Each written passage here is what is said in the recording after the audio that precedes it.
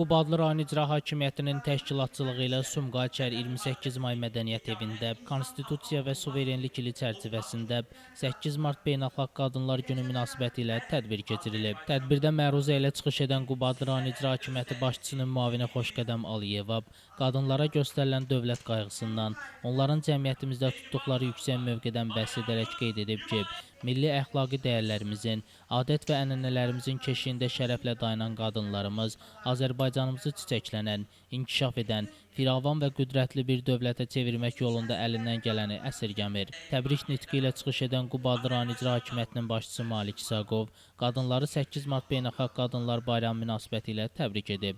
Onlara can sağlığı, ailə səadəti və xoşbəxtlik arzulayıb. Qeyd olunub ki, ölkəmizdə dövlət qadın siyasətinin əsasını qoyan ümummilli lider Heydər Əliyev qadın şəxsiyyətinə böyük hörmətlə yanaşıb.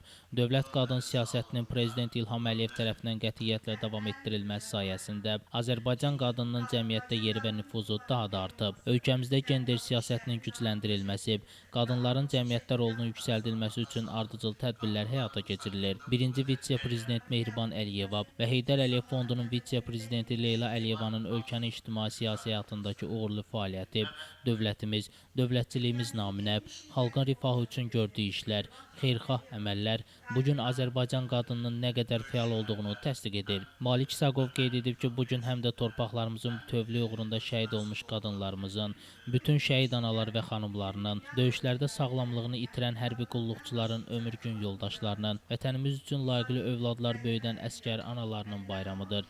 Biz şəhidlərimizə, qazilərimizə nə qədər borcluyuqsa, bir o qədər də onları əsl qəhrəman kimi böyüdən analara borcluyuq. Artıq Azərbaycan qadını Beynəlxalq Qadınlar Bayramını daha qürurlu qeyd edir. Çünki onun vətən üçün sağlam ruhda böyüdüb boya başa çatdırdığı övladları 30 illik düşmən işğalına son qoyub. Tədbirdə rayon ictimai-siyasi həyatında fəal iştirak edən bir qrup qadına rayon İcra Hakimiyyətinin fəxri fərmanı və hədiyyələr təqdim edilib. Daha sonra tədbir konsert proqramı ilə davam etdirilib. Şəmsdən Fikrətli Elbrus İsmailov bugün informasiya proqramı üçün.